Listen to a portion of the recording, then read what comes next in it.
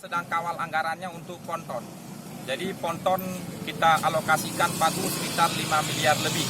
Itu termasuk untuk perencanaan ponton. Jadi ponton direncanakan khusus itu di Batam untuk lokasi sesuai dengan kondisi laut Muara Kuala ini. Jadi ponton ini kita gunakan nanti untuk alas, ya, alas beko long. Jadi alas beko long ada 2 beko yang sudah kita alokasikan ke UPTD Perikanan ini. Itu tahun 2017 dan sekarang sudah ada di gudang, belum bisa digunakan dengan optimal karena kita masih menunggu ponton. Ponton ini nanti akan bermanfaat, dia bisa mobile, jadi bisa pindah. Ketika muara A dangkal, itu bisa dikeruk muara A. Tapi ketika sisi timur dangkal, juga sisi timur bisa kita keruk.